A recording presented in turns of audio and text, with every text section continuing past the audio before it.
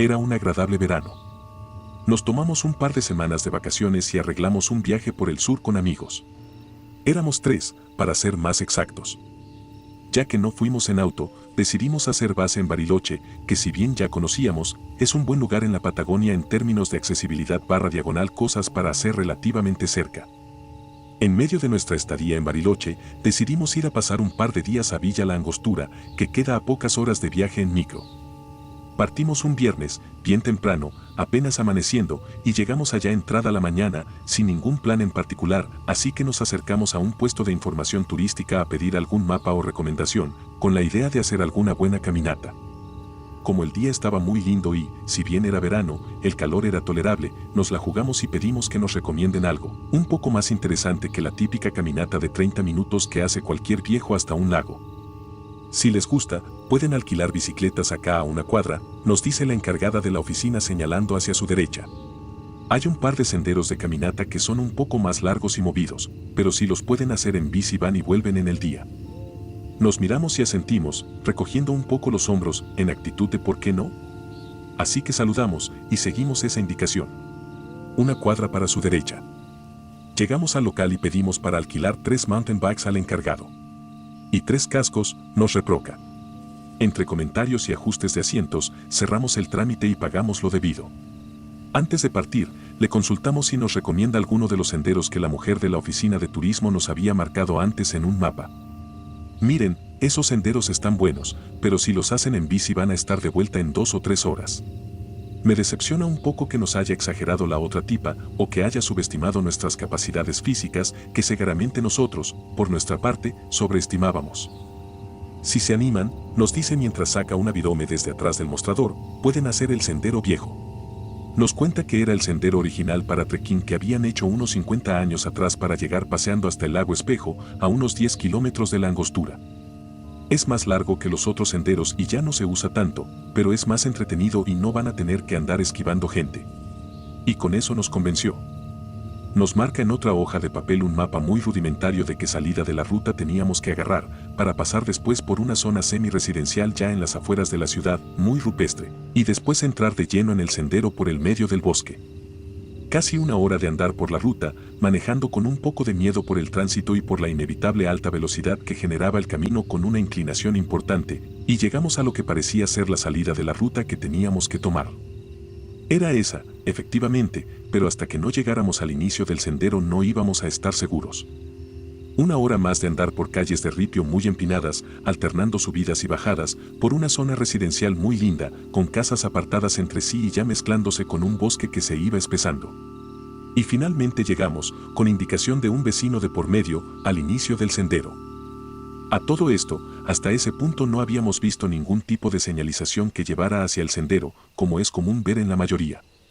Una vez iniciado el camino, nos fuimos dando cuenta de que tampoco había señalización dentro del sendero. Se notaba que este camino estaba sin mantenimiento. Si bien el sendero seguía relativamente bien marcado, por partes se ponía un poco borroso o estaba interrumpido por arbustos crecidos y troncos caídos, y más de una vez dudamos de ir hacia izquierda o derecha.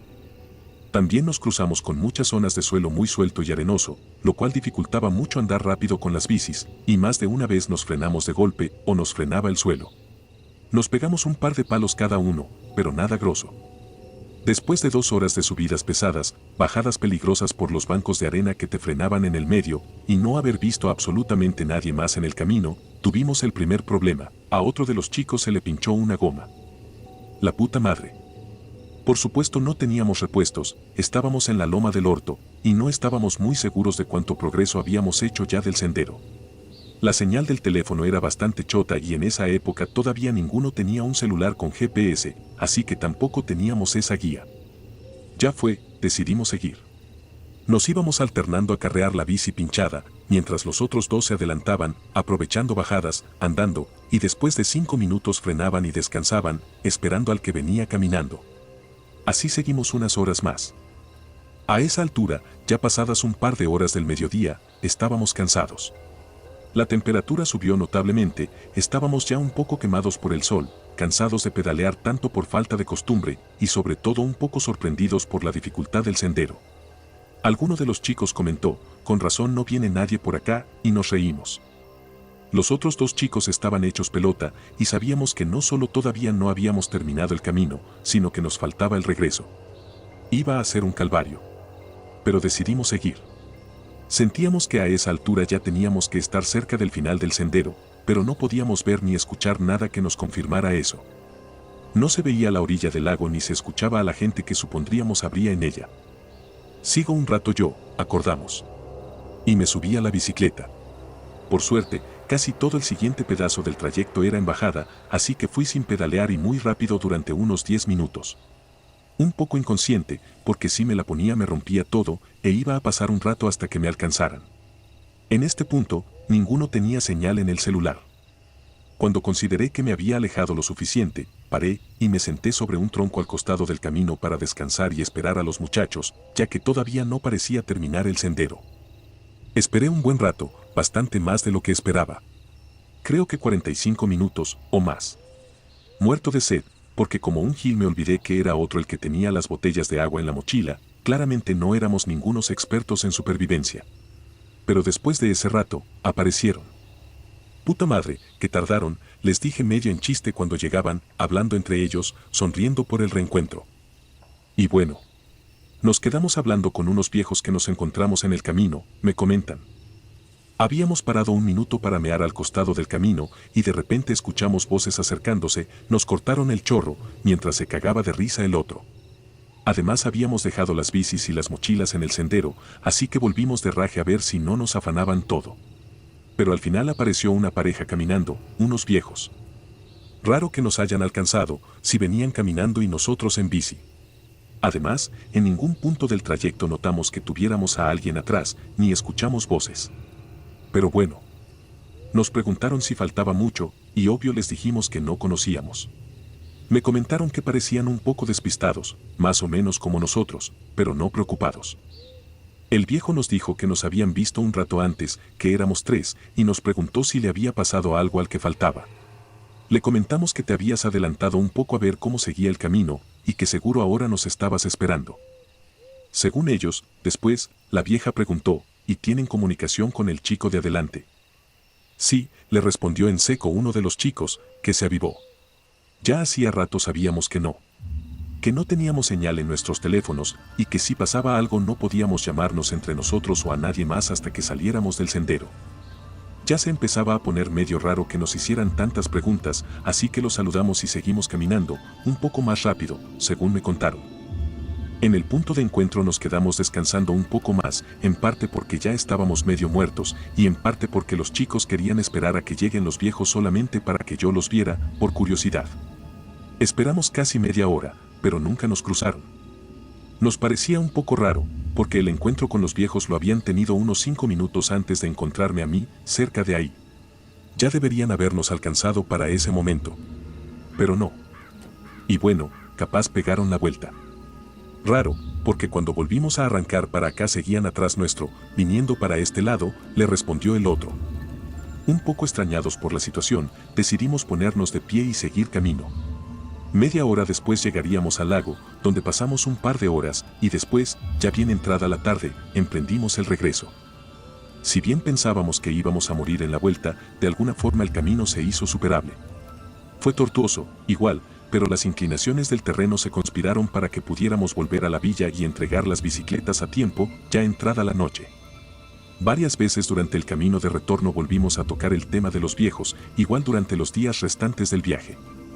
¿De dónde carajo salieron? Es la pregunta que nos seguimos haciendo hoy, casi cada vez que nos reencontramos los 3.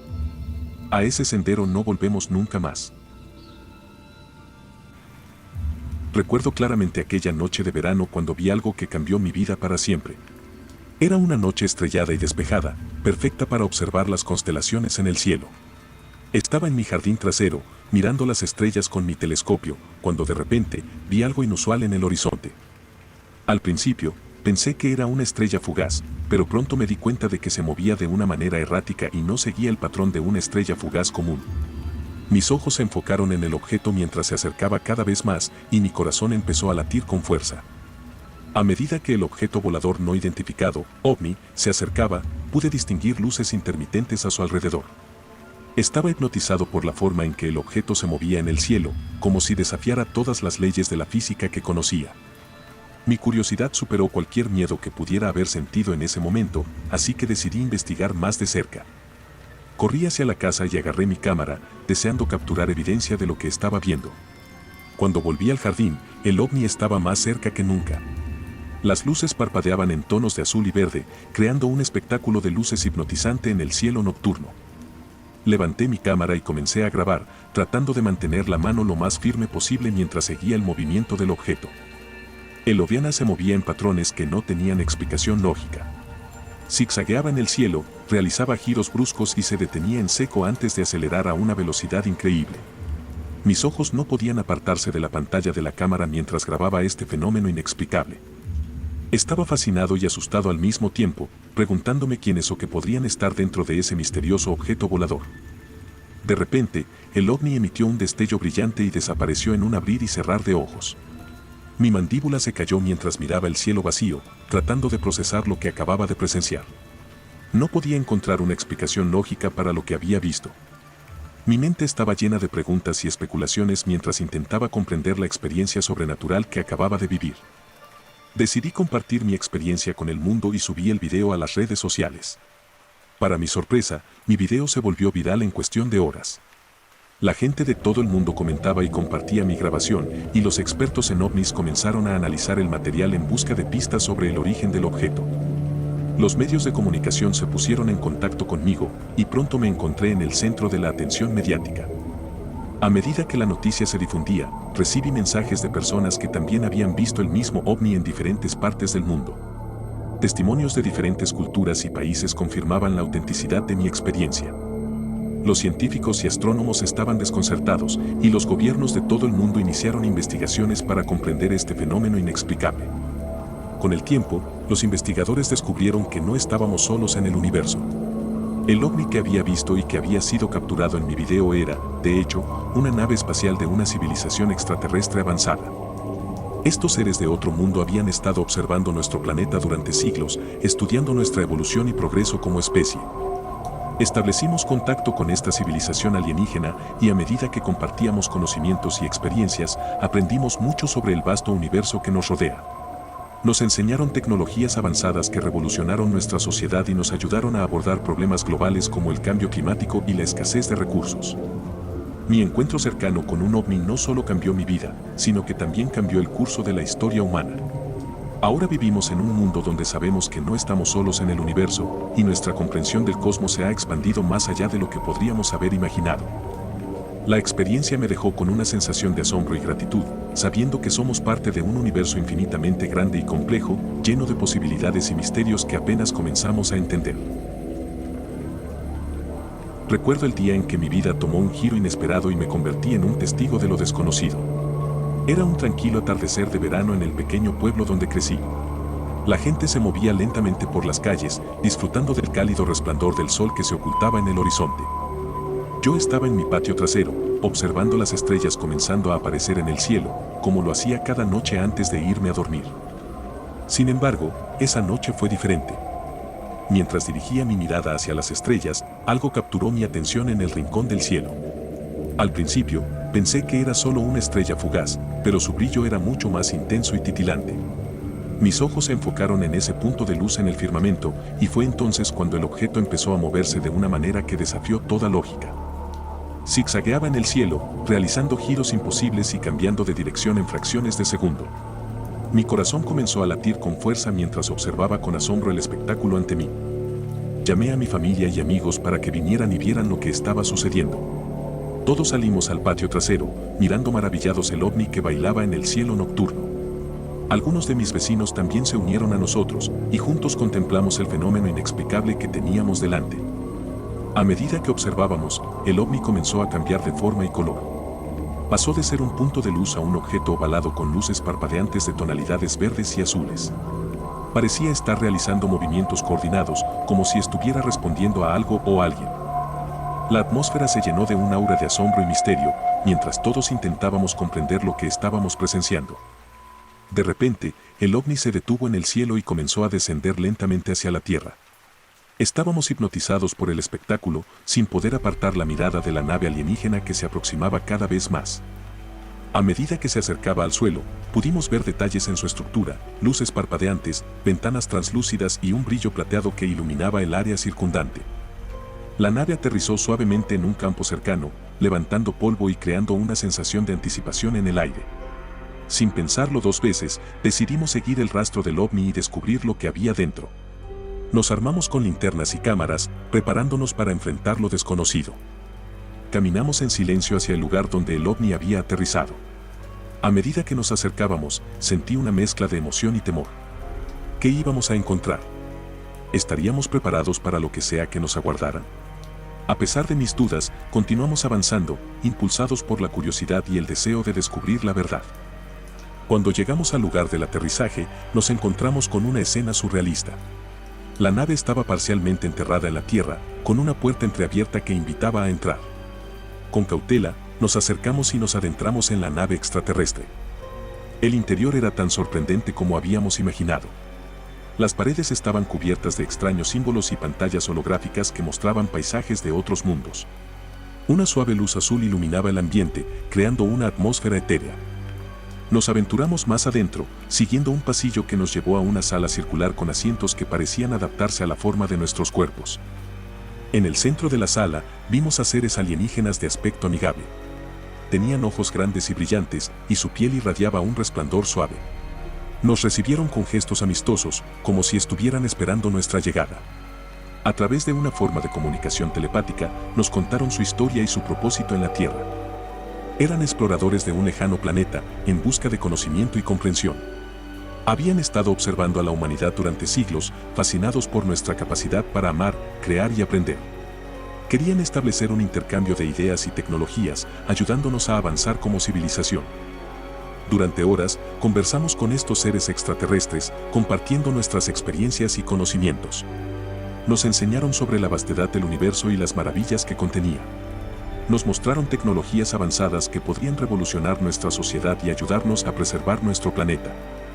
Fue un encuentro que trascendió las barreras del lenguaje y la cultura, una conexión genuina entre dos especies de mundos diferentes. Finalmente, los extraterrestres nos llevaron de regreso a nuestro pueblo, dejándonos con un profundo sentido de gratitud y esperanza. Nos despedimos con la promesa de mantener viva la memoria de este encuentro y compartir la sabiduría que habíamos adquirido.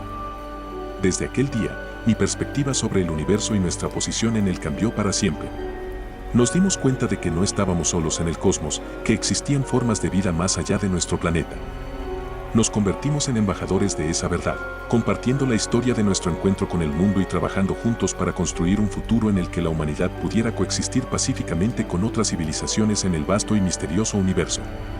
Esa experiencia se convirtió en un recordatorio eterno de la capacidad del ser humano para adaptarse, aprender y crecer, abrazando lo desconocido con valentía y determinación.